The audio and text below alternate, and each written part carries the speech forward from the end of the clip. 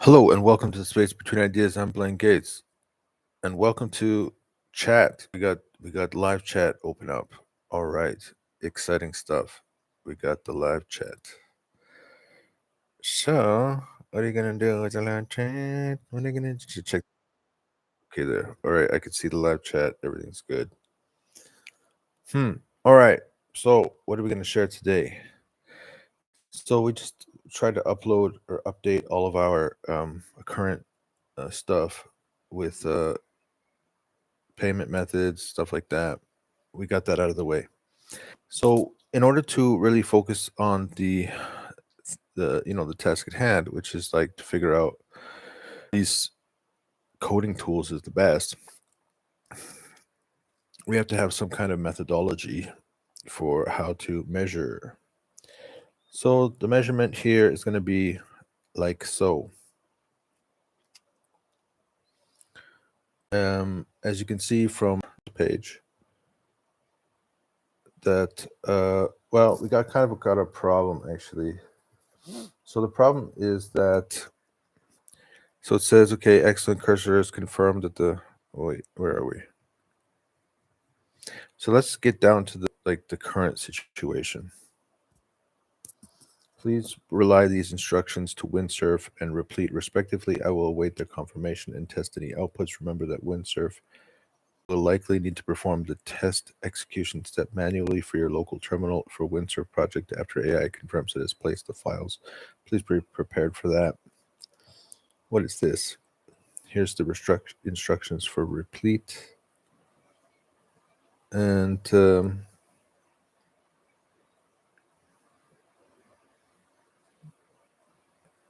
what is this? Is this the instructions?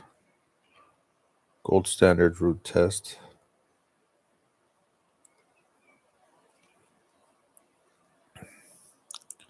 Markdown. Please provide the following instructions for.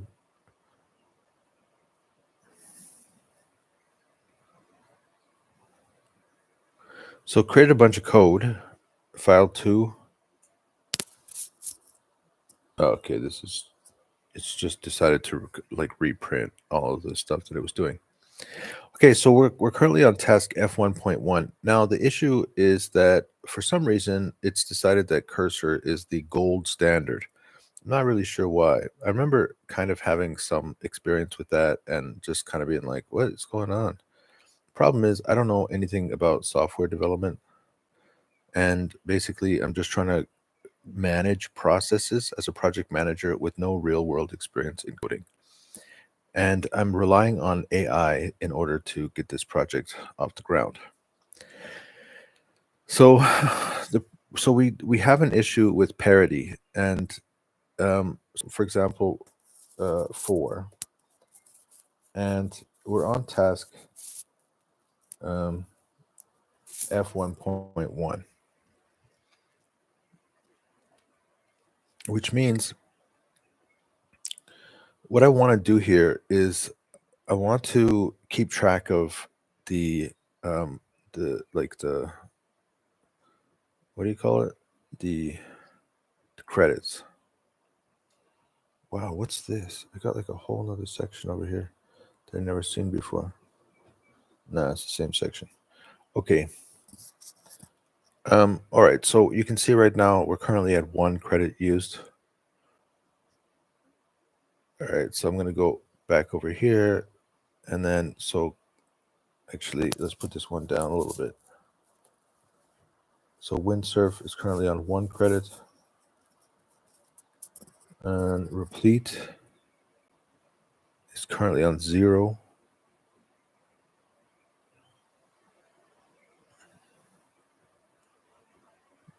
You've spent 0 of $25. Okay, so it's 0 of $25. Windsurf is 1 of what, 500?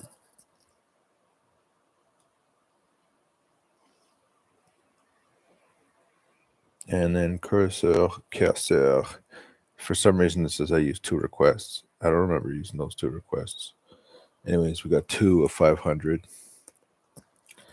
Now, the problem here is the issue is we already did task F1.1 in cursor, and now we're going to be doing windsurf. So I didn't really think about that clearly enough, which is why we actually have to do it this way. So what we're doing now, we have two issues. The first issue is how we're going to measure, meaning like how do we keep track? And I think it's best if we just keep track with each task. So every time we do a task, certainly every time we do a sprint, but likely also every time we do a task, then I just record how many credits were used for that task. And then as we continue to work through the sprint, then obviously we're going to be able to, you know, I'd rather do is, because then I'm going to have to like,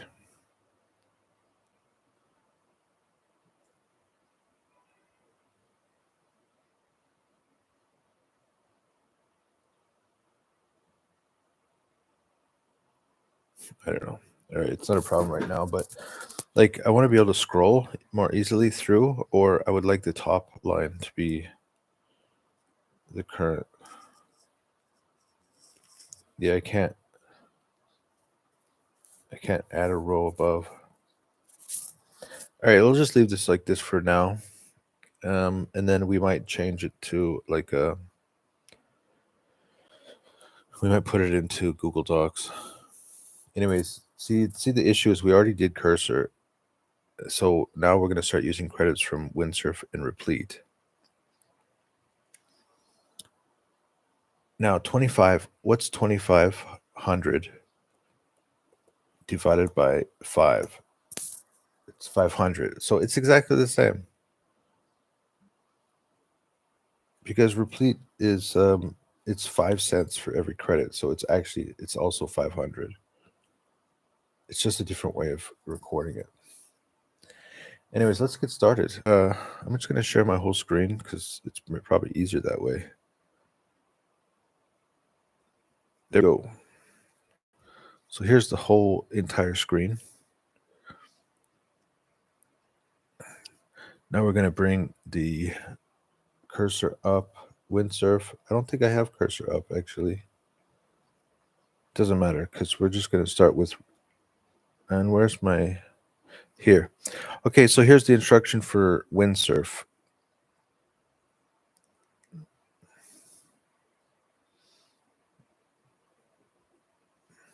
Yeah, it's given it some pretty specific instructions. Okay. I've already set up the environment. Everything's complete. We can see the app here. Yes, everything's connected. Good. So let's start the engines.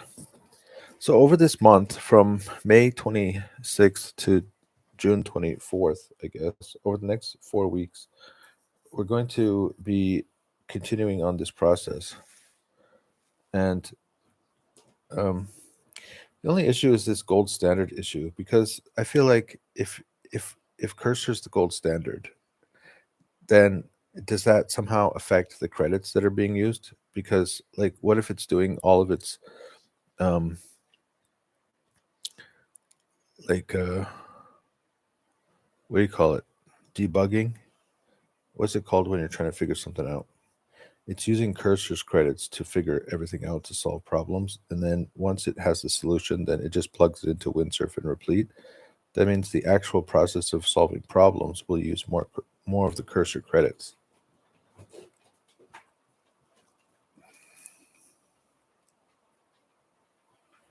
I'm curious. Okay, we're going to update cursor. I'm just curious about cursor to see if it updated the latest model. It seems my attempt to use this for this failed because the file already exists.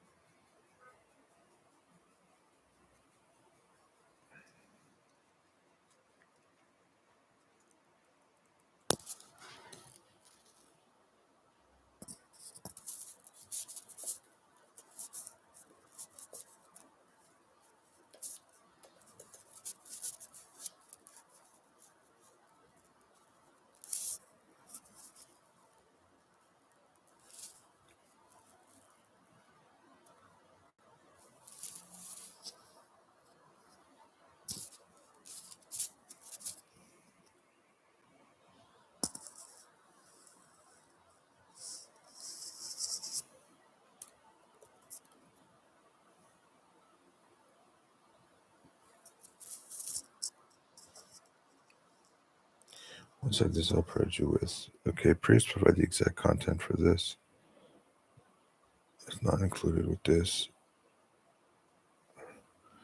Okay.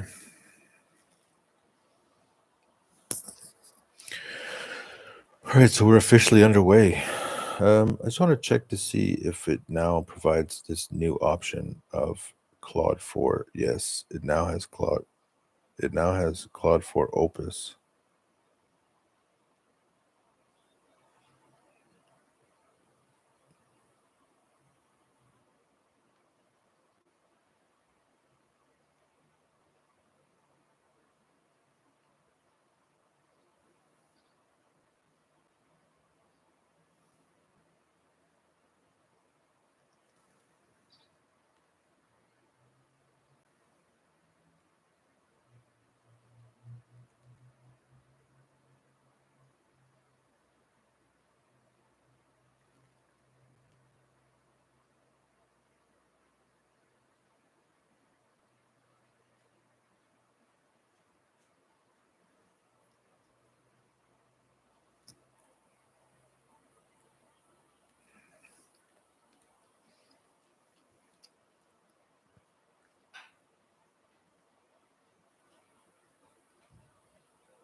Use the above code to create or overwrite.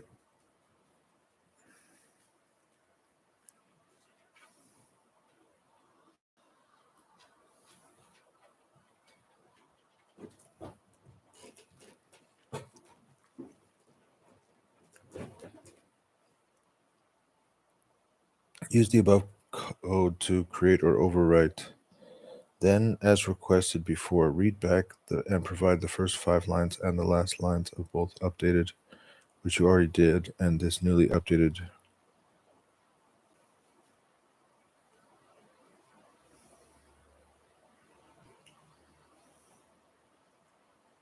Then, as requested before, read back and provide the first 5 lines and the last 5 lines of both the updated, which you already did, and this newly updated for verification.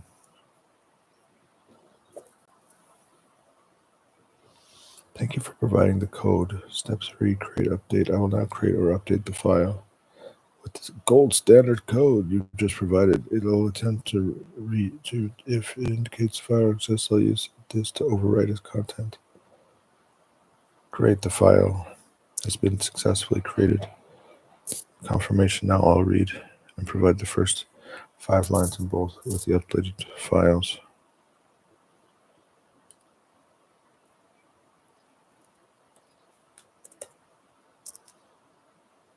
You just click it and then copy.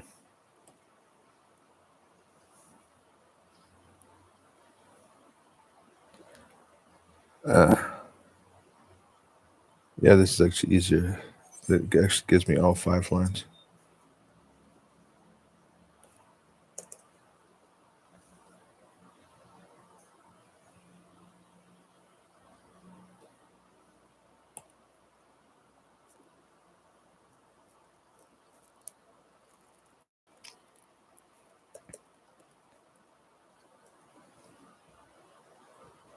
It seems my previous request for the files didn't capture the very end of the file. Let me correct that.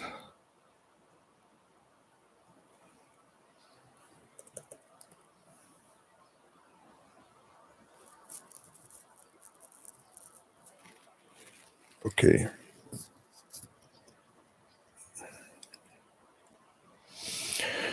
All right. So I guess, yeah, so there's some like debugging and some like, for figuring out how to get things done with the cursor, because it's kind of like the first, it's calling it the gold standard. It's like saying we're going to do everything in cursor first.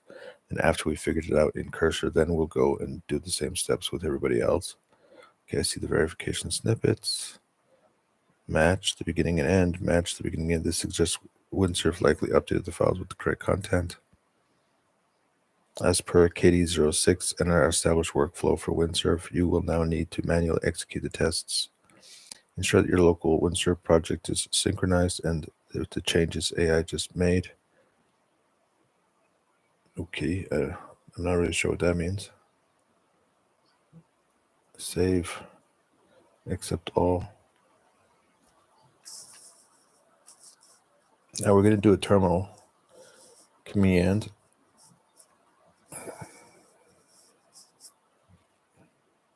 Copy the following command and put it into your terminal.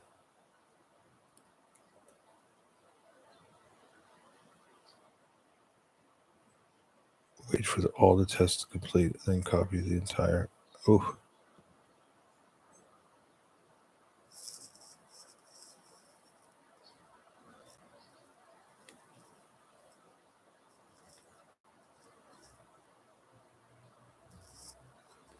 Run all test suites. There should be 25 tests.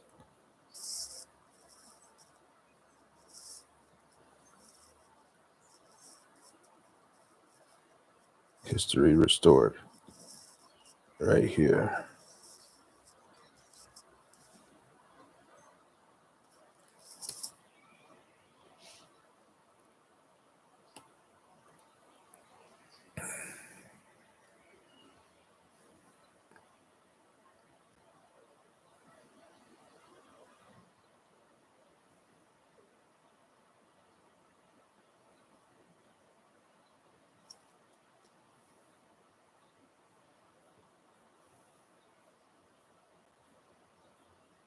I'm pretty sure we had another one for replete instructions.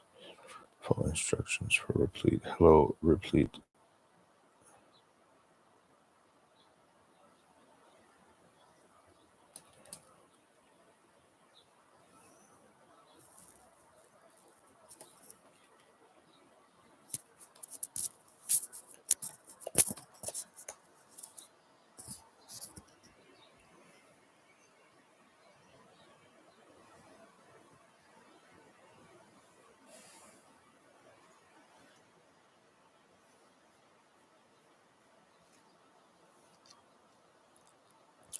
It's great news regarding windsurf. Here's a summary of the test results. Passed.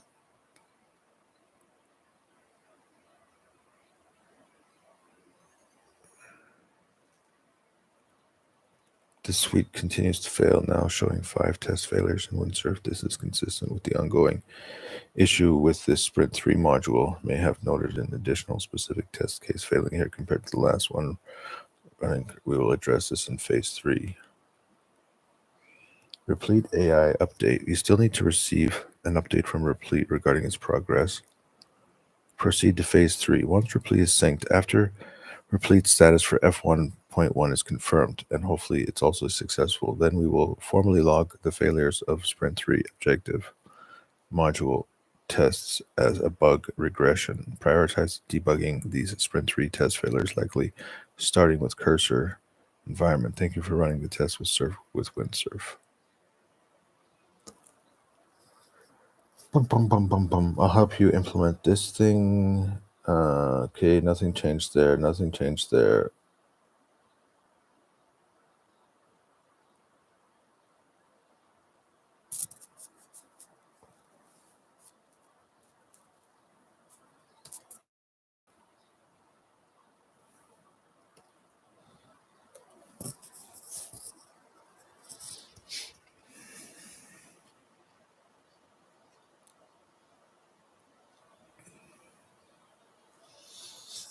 So what's the deal with Claude Sonnet? Okay, Anthropic's latest model temporarily offered at a discount. Context window. Anthropic's latest model temporarily offered at a discount. Cost built per token. Cost built per token.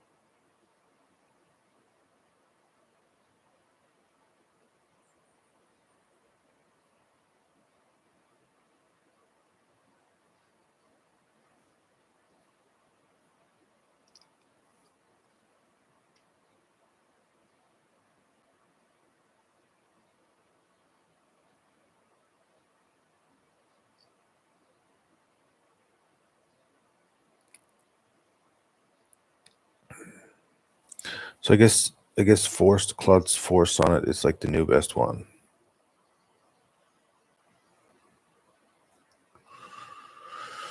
Well, let's not do it the first day.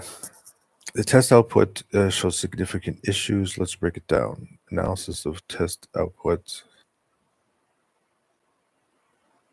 The entire test suite failed to run.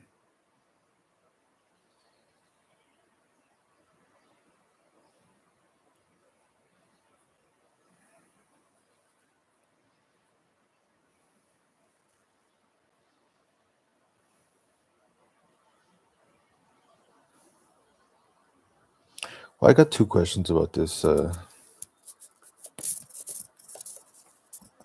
gold standard issue. So let's say the cursor creates the code. And the coding environments are slightly different. I would say cursor, windsurf, likely the coding environments are actually quite similar. Replit seems to be kind of different. Now, shouldn't you just allow the internal environment of the coding to make its own decisions about how it wants to create the software?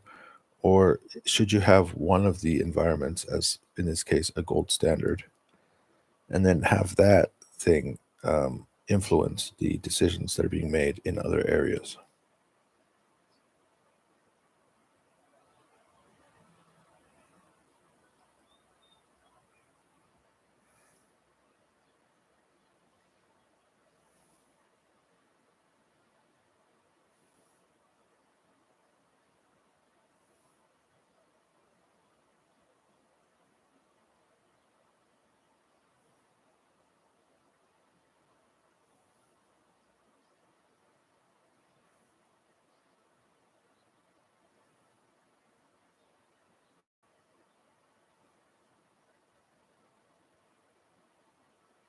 All right, and we're off to the races.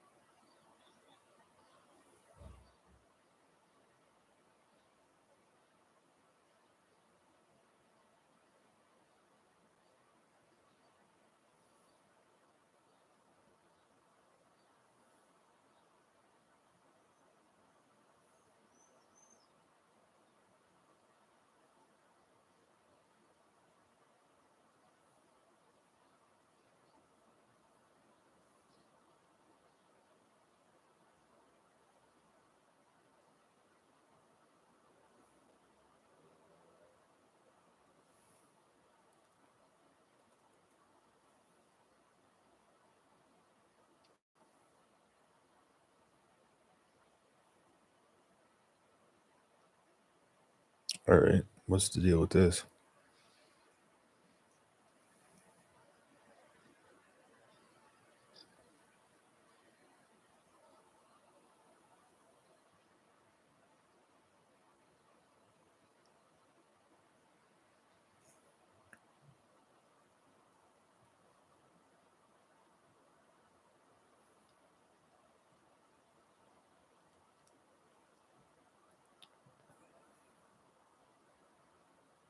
Because it's currently running.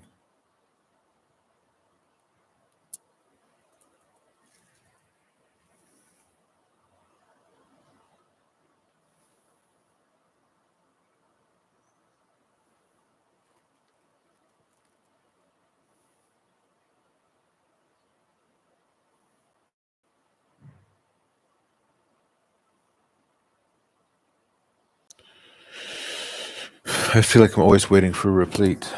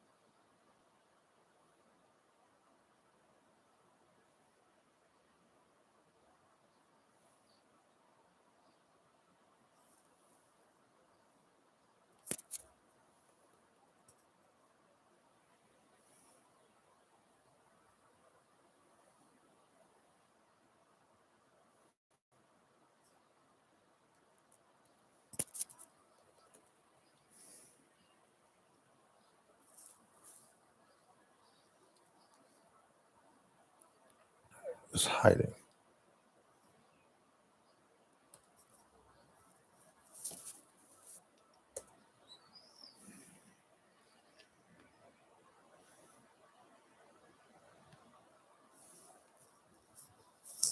Now I gotta listen to some music.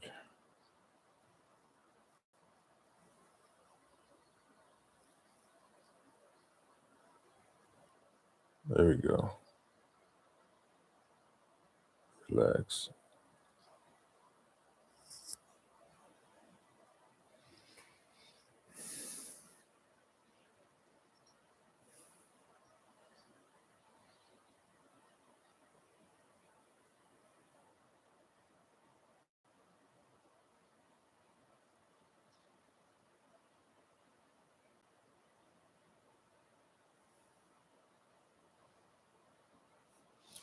The good news is that the previous critical error is gone. New failures, 2 out of 8 tests in this suite are now failing. This error occurs in both solid validation tests. This failure happens when the test tries to assert against. This implies that the API root when sought failure is designed to return objective module API tests.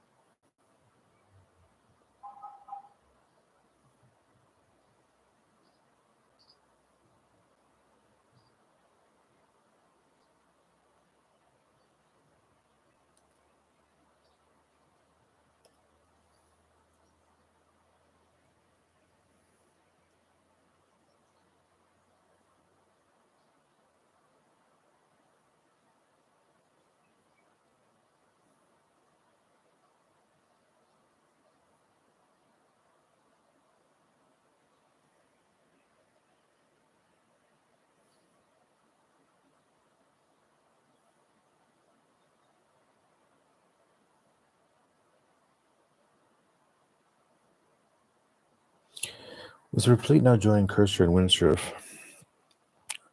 in having all tests for task F1 pass, we can officially consider the implementation and dissemination of task 1 backend implementation and testing as complete and verified across all 3 development environments. This is excellent progress.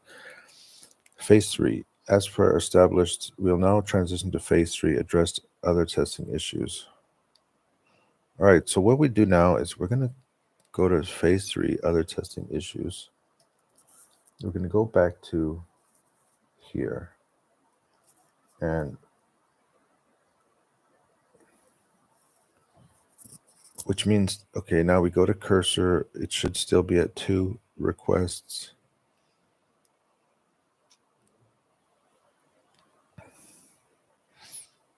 Windsurf is now at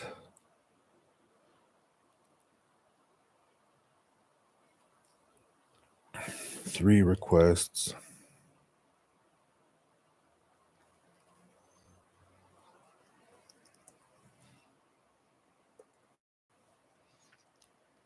And replit is at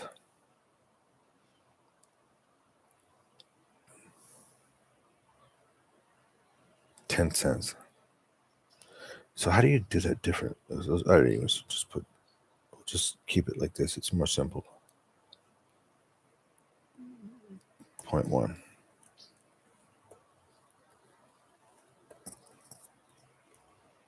All right, now we're here.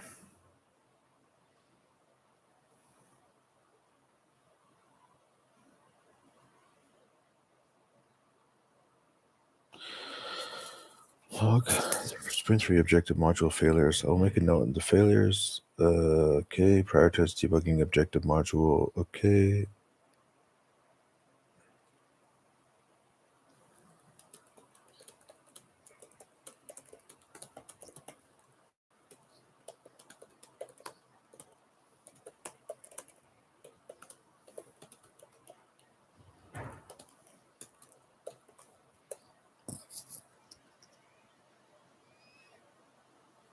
I don't know. I don't see the purpose. I don't see the point of gold standard stuff.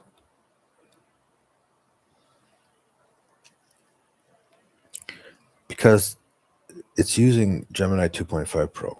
All right. This one is also using Gemini 2.5 Pro. There's nothing inherently different. And then they're kind of using the same. There are some small differences about cursor rules. You've asked 2 excellent questions that touch upon our project methodology. Regarding debugging the Sprint 3 objective module test, you can do all 3 at the same time. While technically possible to instruct all 3 AIs to attempt debugging the objective module failure simultaneously, our established team operations manual, Doc 2, the principles of lead AI gold standard workflow, suggests more systematic approach to ensuring consistency and managing complexity, even for bug fixes. Here is why I recommend we continue debugging primarily with the lead. Consistency and I'm going to listen to the audio. I don't want to read it. I just want to listen. All right, stop. Put it into Gemini.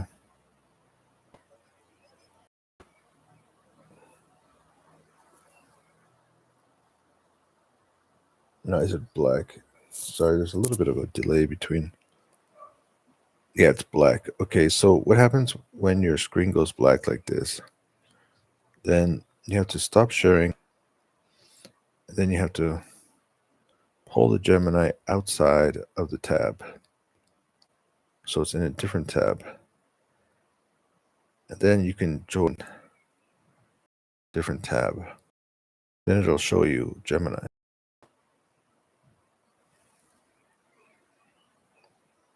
Good. Right, now it should also use the audio. Because I want to listen to this. I don't want to read it.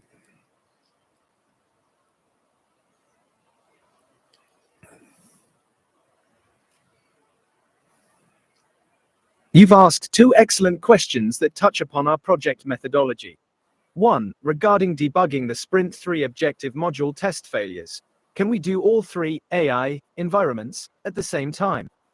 While it's technically possible to instruct all 3 AI environments, cursor, windsurf, replit, to attempt debugging the objective module failures simultaneously, our established team operations manual, Doc 2, and the principles of the lead AI gold standard workflow, section 1.2.3, suggest a more systematic approach for ensuring consistency and managing complexity, even for bug fixes.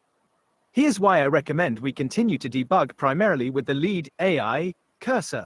First, consistency of fixes. The primary goal of the lead AI gold standard workflow is to prevent divergence and ensure a single, verified source of truth for our code. If we debug in all 3 environments concurrently, each AI might arrive at a slightly different solution or introduce different side effects. Reconciling these divergent fixes would then become a complex task in itself. Systematic approach. By having cursor, our lead AI, find the root cause and implement a verified fix, we create a gold standard fix. This fix can then be disseminated prescriptively to windsurf and replit, just as we did with the new F1.1 feature. This ensures all environments benefit from the same validated solution. Managing variability. We've already observed that the objective module tests are failing differently across the environments. 4 failures in Cursor's last full run, 5 in windsurf's, and 9 in replits. This variability further underscores the benefit of a centralized debugging and fixing effort in the lead AI environment to establish a baseline fix. Efficiency. Focusing our iterative debugging cycles, analysis, instruction, verification, with one AI, the lead AI is generally more efficient for both you as project manager and for me as liaison AI, rather than trying to manage 3 parallel debugging threads with potentially different error contexts and solutions. What we can do in parallel, if deemed useful by the architect AI, we could instruct windsurf and replit to provide detailed diagnostics or logs for their specific failures in the objective module test suite. This information could potentially offer clues to Cursor, but the actual code modification to fix the bug should ideally happen in Cursor first. Therefore, my recommendation remains to focus the active debugging and code correction efforts for the objective module failures on Cursor. Once Cursor achieves a fix that passes its tests, we'll treat that as the gold standard fix for dissemination. 2. Regarding the lead AI gold standard idea, why did you come up with this gold standard idea? That's a great question for clarifying our process. I didn't come up with the lead AI gold standard workflow myself. This is an established operational protocol that is explicitly defined in our Team Operations Manual, Doc 2, version 1.4, section 1.2.3. According to that document, the workflow was adopted Sprint 3, refined post Sprint 3. Its purpose is to combat AI-driven divergence, ensure adherence to architectural definitions, and improve consistency for complex or critical tasks.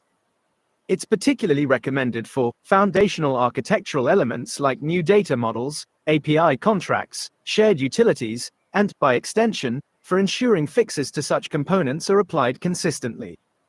My role as liaison AI includes understanding and helping us adhere to the operational protocols documented in our Team Operations Manual. So, Okay. But the question I'm actually trying to ask is a little bit different, and it's a question about the ability for Cursor to produce code. And I'm wondering if Cursor produces code which is better than the other two environments. I noticed that Cursor and windsurf are both using the what's it called? What's the IDE that it's used? And also the the LLM, which is attached to it, it's also the same Gemini 2.5, just like I'm using here in this window. And I'm just wondering, like, should we use Cursor as the lead AI because it is inherently better than the other two software development environments? What if windsurf is actually better at creating this software than...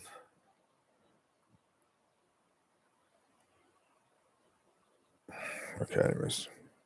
Actually, I don't really care. Okay, let's continue.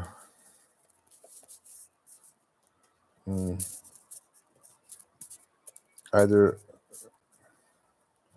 so explain the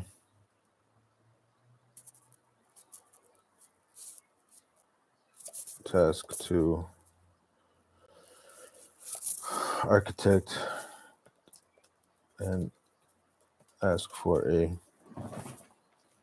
plan to do this work, and then or suggest a plan and ask for improvement to the plan. After architects reply, we can begin. All right, so I'm just gonna move it to the sharing everything.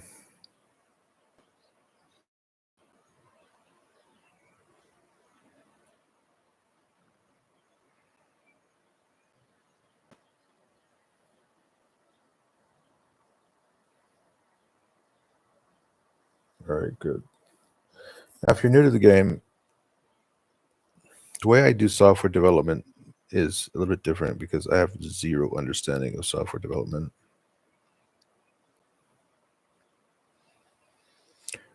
So what I've decided to do was create a series of calibration documents. The main problem with AI helping you to do code, like vibe coding, most vibe coding, I think, is when people they do all of their coding within the cursor or within windsurf itself. And I don't know how to do coding, and so I wouldn't even know what to say. I would just be like, okay, keep going. Okay, it sounds good. All right, fine. I don't even know what's next. So what I decided to do was to use AI, use Google to act project manager. Please relate this to architect. So I'm using Gemini, and Gemini is the one who's communicating with the IDEs. Now, over time, what we've done is we've created documentation in order to prepare. See, the thing is that the reason I use Gemini, because I saw the news also that Claude came out with its new, Opus 4 on the weekend. I saw a bunch of YouTube videos and I was like, oh, it sounds exciting. Oh my goodness, I want to do this. I'm definitely going to do this. I'm going to like go buy Claude. But then there's like the context window is like 100 and I don't know, 150,000 or 200,000 or whatever it is. I think it's 200,000. A context window of 200,000? What does that mean? So it means that like you see all of these little characters. In fact, I don't even specifically know. The way I explain it to myself is that each of these characters is one token. So, for example, when I paste this in here, then it's adding to the tokens of the context window. The context window begins, as you can see, it begins way, way, way here at the very top. Oops. So the context window, it starts when I just barely opened up a new, come on. All right, here. So say it's High Liaison AI. We're initiating a new calibration session for the management guidance application project. Your primary role is liaison described in the team operations manual. I will shortly upload 5 core project documents. So here's my 5 core project documents. We got the project blueprint, we got team operations, we got key decisions, we got active sprint, we got the project sprint review. And I feel like now that I've kind of made those 5 documents, I feel like that's it. That's how you do it. So you have your project. So the thing is that if I have a new project, then I just have to change the project review blueprint. And then I would delete everything in the key decisions, and I would delete, and then I would go through these documents. I would feed it back into Gemini and say, all right, I'm going to be doing a new project. So we need to start to edit these documents. But basically, we want to keep these documents. Cursor looks like it's got something for cursor.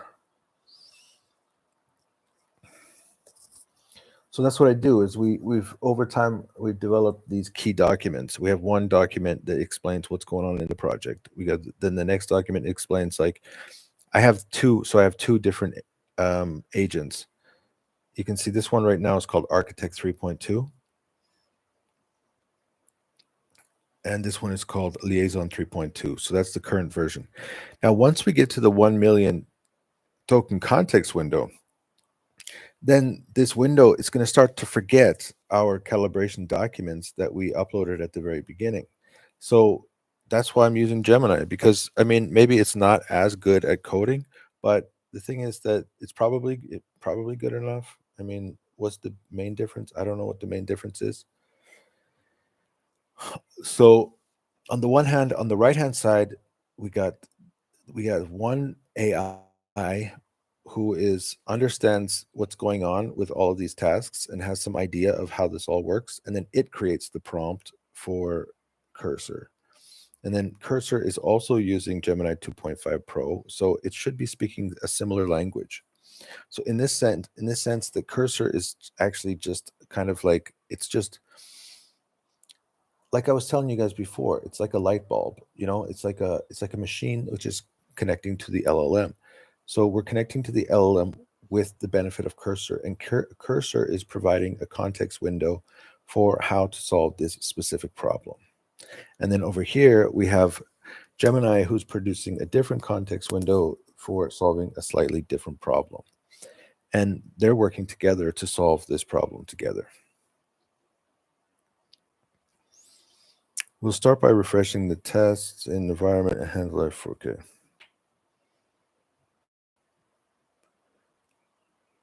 All right, so all we have to do is, like, each time when our context window gets close to 1 million tokens, then we want to ask Gemini, the latest liaison or the latest architect, to consider what they've learned in the past 1 million tokens, and then we make decisions about, do we need to update our documents based on something they learned. Like, what if they learned something about a key decision? They made a key decision. Okay, so do we need to log that key decision? Okay, let's log that key decision. So we update this document. Did we start? Are we going to start sprint 5? Okay, so then we need to change our active sprint, and then we need to log, and what did we learn from the previous sprint? And then, is there something in the project that we want to change? Is there some way that we're working together as a team that needs to change? So these are living documents. And that's like, some people are asking me, like, hey, why don't you just use like custom GPTs in ChatGPT? And it's because the custom GPTs, number one problem, they don't have a 1 million token context window. But specifically, why don't I use custom GPTs? Is because in custom GPTs, I think it's more difficult to edit these documents. You can't keep your calibration documents static. You have to constantly update your calibration documents as you work through the project. And what you're really doing is you're training your AI. This is my liaison. The current liaison is not the same liaison I was working with 2 weeks ago or 1 month ago. The current architect is not the same architect as I was using. I've used architect and liaison. They've communicated with each other. They've solved problems together. They've solved problems using the IDEs. And over time, we've updated all of these files so that this is the current situation. And then once we get through our 1 million context window with, for example, with our current liaison, we're going to upload the new documents. We're going to create liaison 3.3. So what I've created is just like a standard protocol for the steps you have to take as you are using AI to produce software.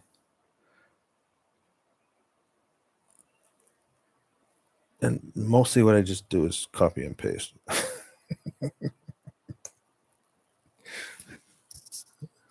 And sit next to my dog, who definitely wants to go outside. But he's asleep right now. Anyways, I just wanted to get through a couple of things today. Now that I'm kind of like, I think the last week was kind of like the 10 o'clock in Tbilisi. So every day in Tbilisi, Georgia, local time, I feel like this is the perfect time. It gets me on the computer every day, working at this one little step at a time.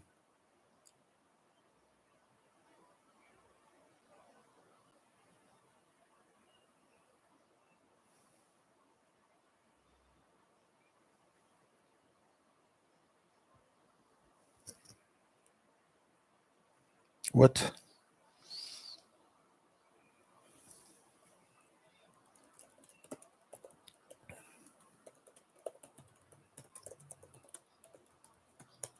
It just needs some nudging once in a while.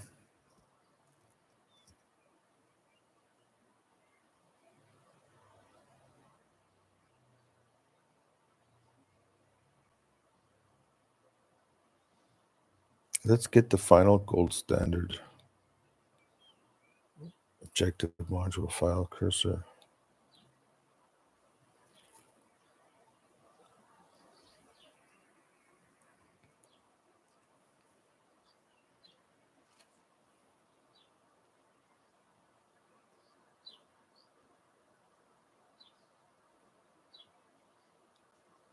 Nice. Oh, that's much better. Because all I really need is the terminal and this window. I don't really need to see the code.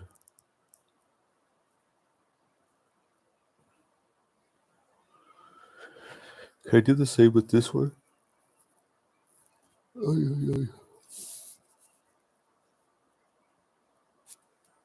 Terminal. Oh, yeah. Nice.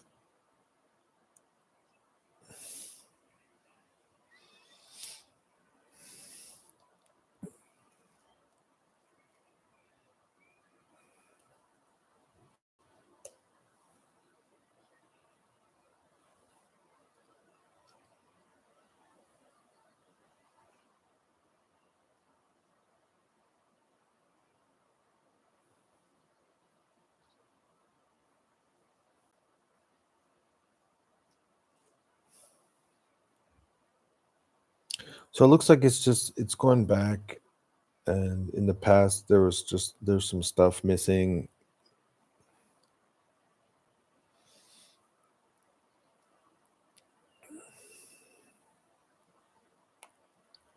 This code, this is the code you just received from Cursor.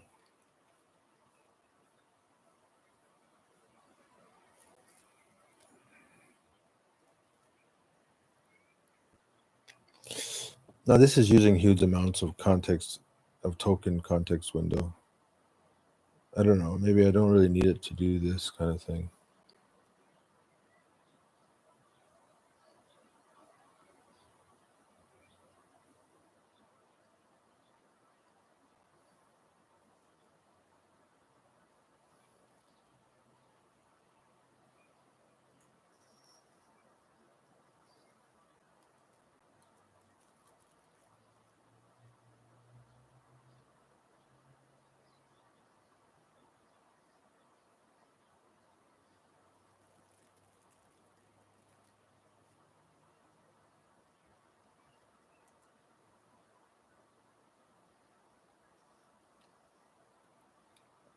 What did it say?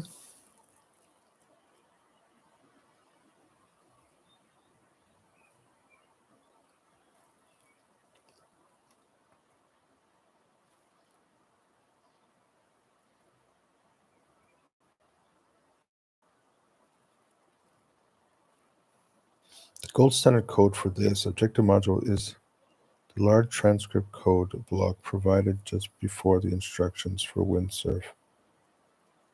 Yeah, you see this issue here? So it provided this huge code block, but I didn't really read the instructions clear enough.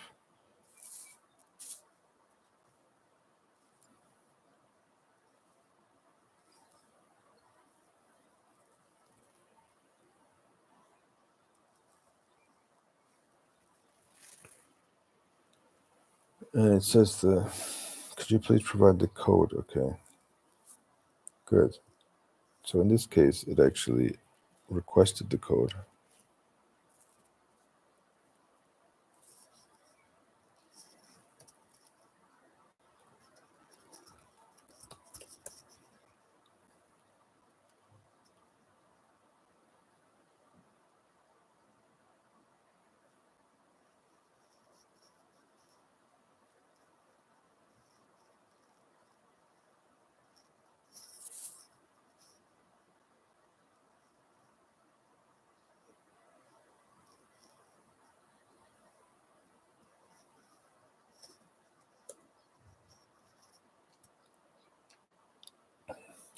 All right, so you can kind of see right now where the process isn't like perfect.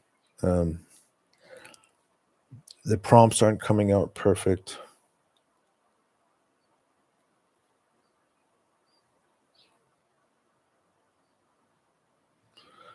Yeah, there's some little issues here.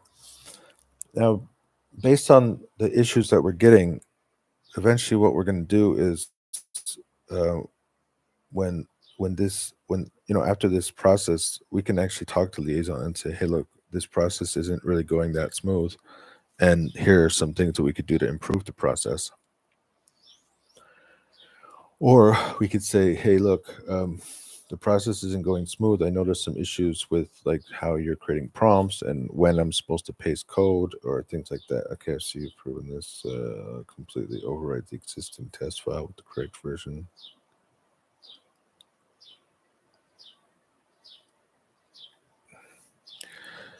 I don't know. I don't necessarily agree with this.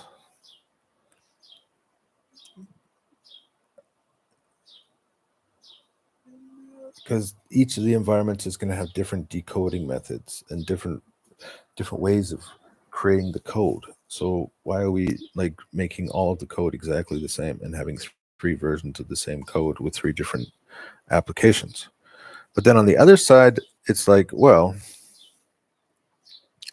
we're definitely going to get a good comparison between replit and windsurf, because if we're using cursor to create the gold standard code, and then we're requiring these other two environments to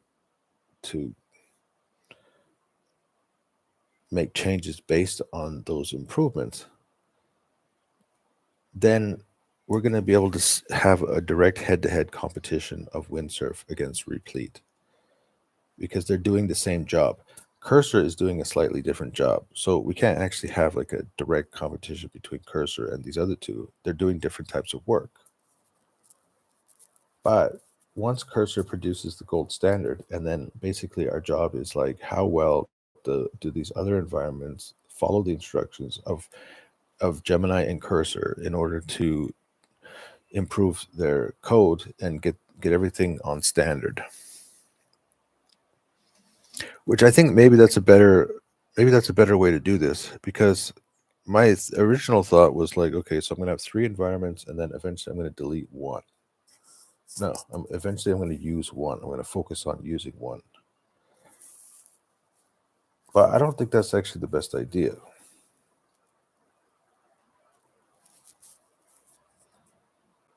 This new idea actually seems a little bit better, because in this case, we're not trying to delete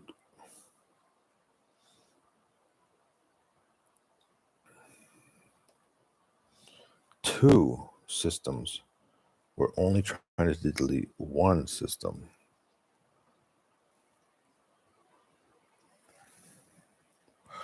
All right, that sounds reasonable.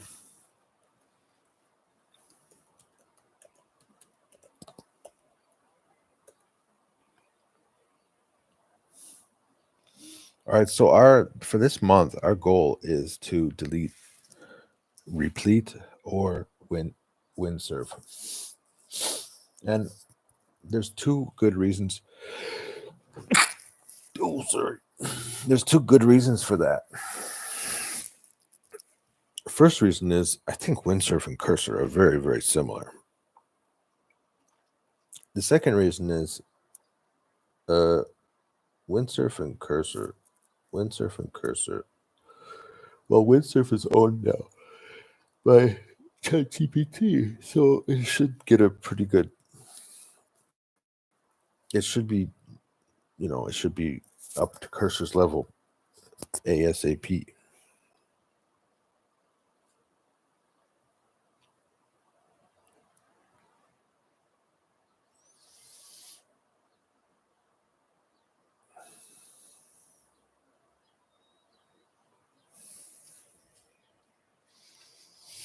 Also, cursor and windsurf, they're very different.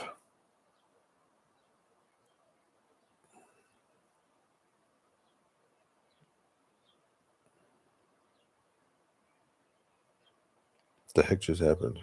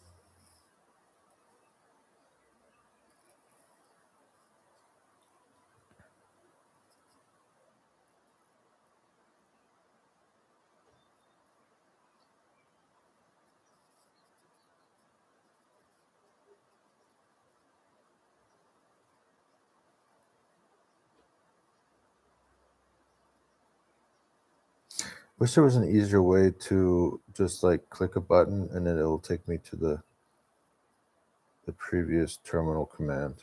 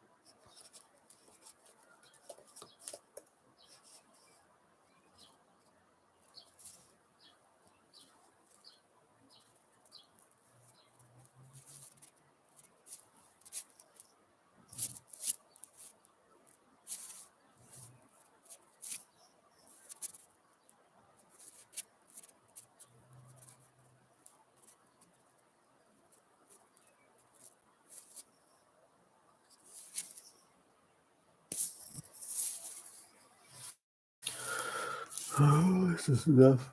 I got a really busy day today. I got 5 meetings. My first meeting usually starts at 1, but today I got my first meeting. It's not, has the time wasn't filled. So I got an extra hour this morning. But once my day starts, it's like basically I got a meeting at 2. I take the dog out for a walk for a couple of hours. I got a 2-hour break to walk around. Sometimes I kick a soccer ball. I need to buy a new soccer ball. My soccer ball went missing somehow. I come back. I got 2 more.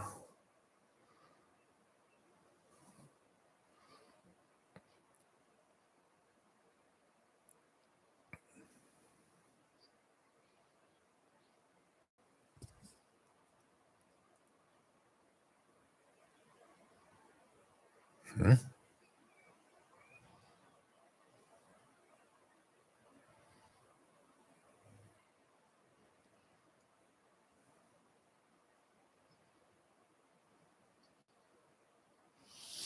What? I can't understand what's going on here.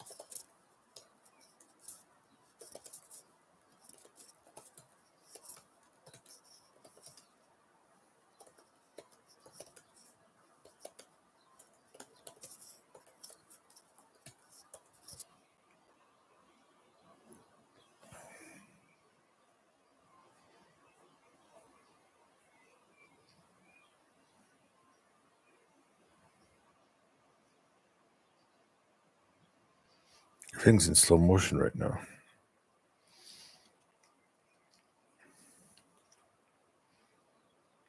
Maybe I gotta turn off this music. Maybe that's why it's in slow motion, because I'm listening to this relaxing music. Quit.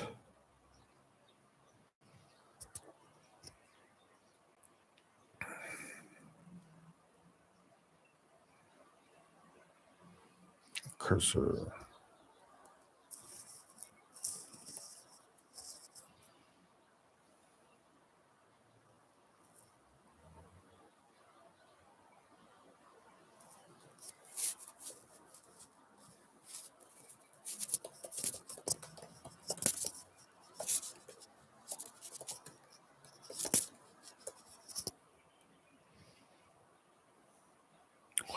Two, three, 4, 5, 6.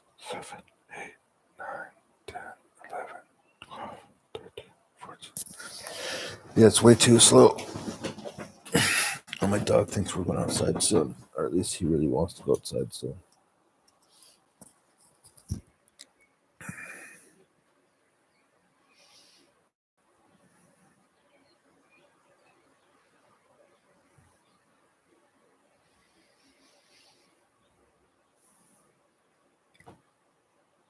The next step for windsurf.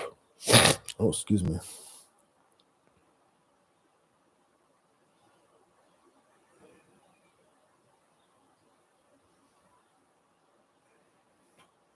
think we ran this one already.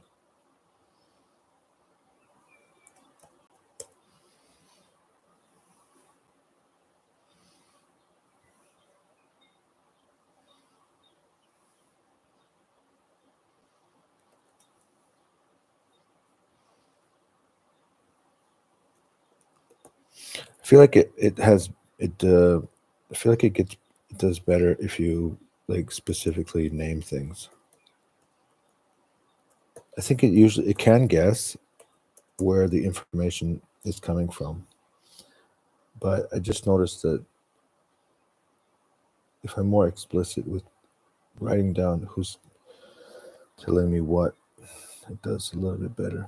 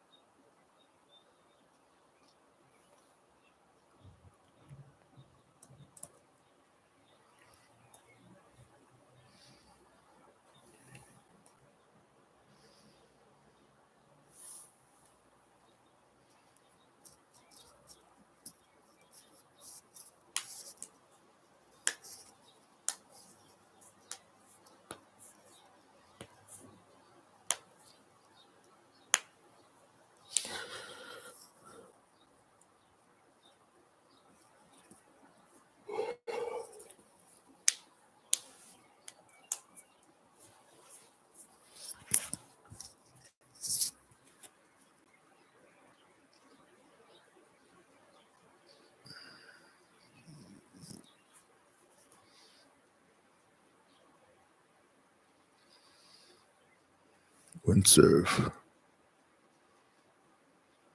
Okay, good. We got another thing for windsurf. Provide after PM provides cursor's objective code. I did.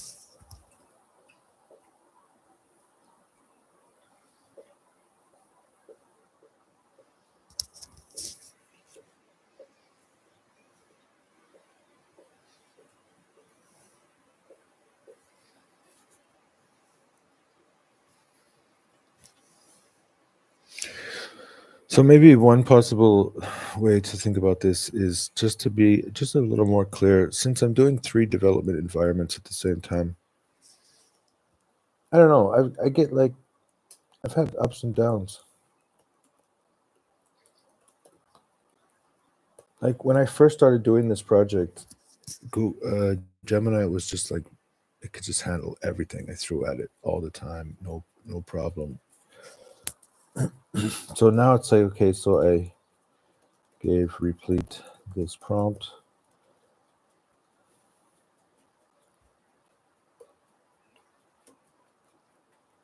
Waiting for reply. Windsurf reply. So probably like this is probably better.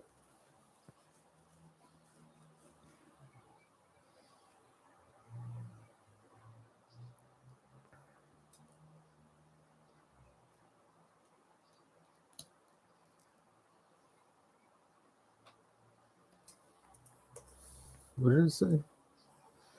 Okay, I understand the test. Not aligned with gold standard. I'm ready to receive the gold standard code. Okay. Then I'll completely overwrite it.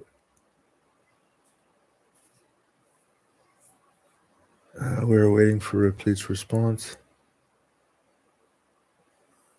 Please provide the following instruction to windsurf.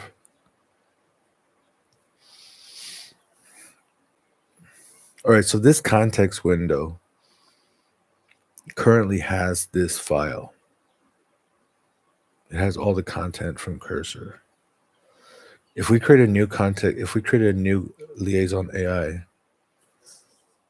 then it would not have that specific content. It would have to request it from Cursor again. This brings up another point, and I don't know. I think I would prefer if we leave the code in the IDEs. Meaning,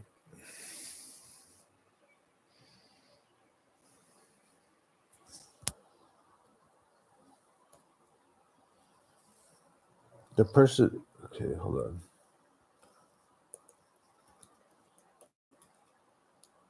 We're waiting for windsurf reply. Replete.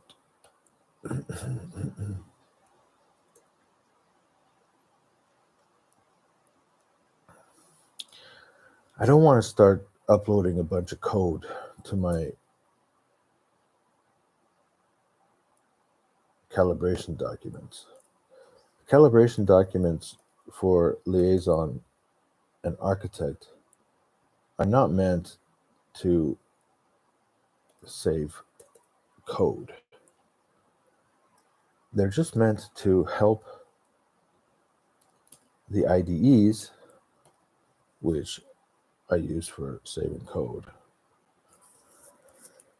So if there's like a major decision that has to be made, then it's fine. We can ask liaison and architect to update the calibration documents. So I'm talking about these calibration documents.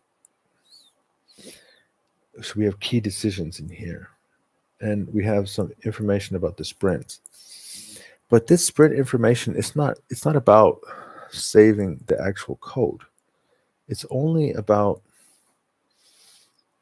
what are the decisions that we're making, what are the issues that we're facing, how are we going to solve problems, what's the next problem that we're going to work on. It's not about saving code. So, okay, its test is failed.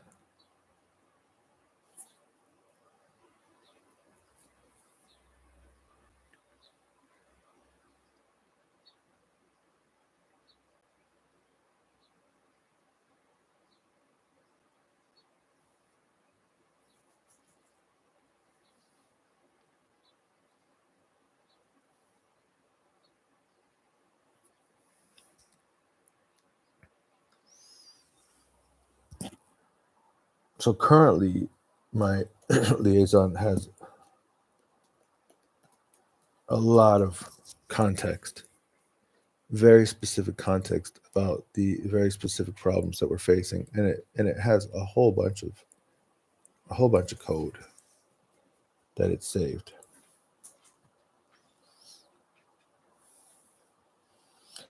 When we create a new liaison, we're going to lose that, and I think that's okay.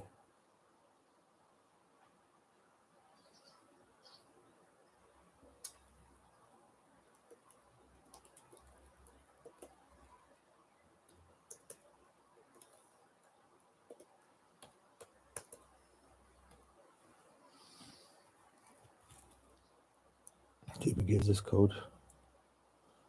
Yeah.